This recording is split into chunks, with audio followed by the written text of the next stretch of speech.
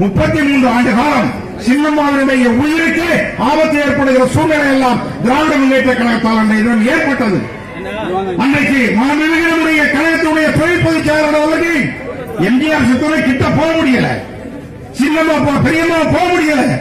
அன்றைக்கு சித்தார்த்தன் என்கிற ஒரு டிரைவர் நம்முடைய தொழில் பொதுச் செயலாளர் டிடிவி அவர்கள் இவர்கள் தான் நேர ராஜாஜி ஹாலுக்கு கொண்டு போய் பெரியம்மாவனுடைய புரட்சித்தலை அம்மா அவர்களை புரட்சித்தலையுடைய தலைமாட்டிலே நிற்க வைத்தார்கள்.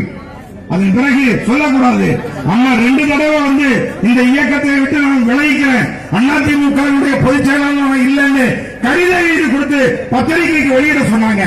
அன்றைக்கு அதை தடுத்து அரசியலில் மிகப்பெரிய ஆளுமையுடைய தலைவராக, மிகப்பெரிய ஒரு அதிகாரம் படைத்த ஒரு தலைவராக அம்மா அவர்களை உருவாக்கியவர் நம்முடைய சின்னம்மா என்பதை நினைத்து பார்க்க வேண்டும். அதே போல நம்முடைய மரியாதைக்குரிய டிடிவி அவர்கள் இந்த இயக்கத்திலே ஒரு மாதிரி ஒருங்கிலாம் இல்லை.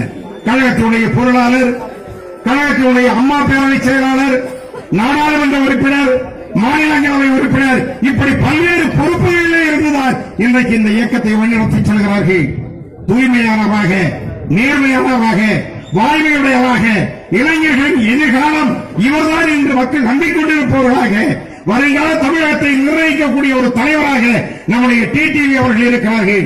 இன்றைக்கு டெல்டா மாவட்டம் கீழே தஞ்சாவூர் வைடூரியம் கிடைத்தால் கூட நான் இந்த மாவட்டத்தை விவசாயிகள் பாதுகாக்கப்பட்ட இடமாக, விவசாயம் பாதுகாக்கப்பட்ட இடமாக அறிவிப்பேன் என்று சொல்ல இருக்கிறார்கள். வருங்கால முதலமைச்சருடைய மரியாதைக்குரிய துணை பொதுச் செயலாளர்கள் அவர்களுக்கு உதவி செய்ய வேண்டும். அவர்களை முதல்வராக்க உரை நம்முடைய இயக்க தோழர்கள் கண்டிஞ்சாது பாடுபட வேண்டும் என்று கேட்டுக்கொண்டு தந்தாழைப்புக்கு நன்றி கூறியவர்களை நன்றி, வணக்கம்.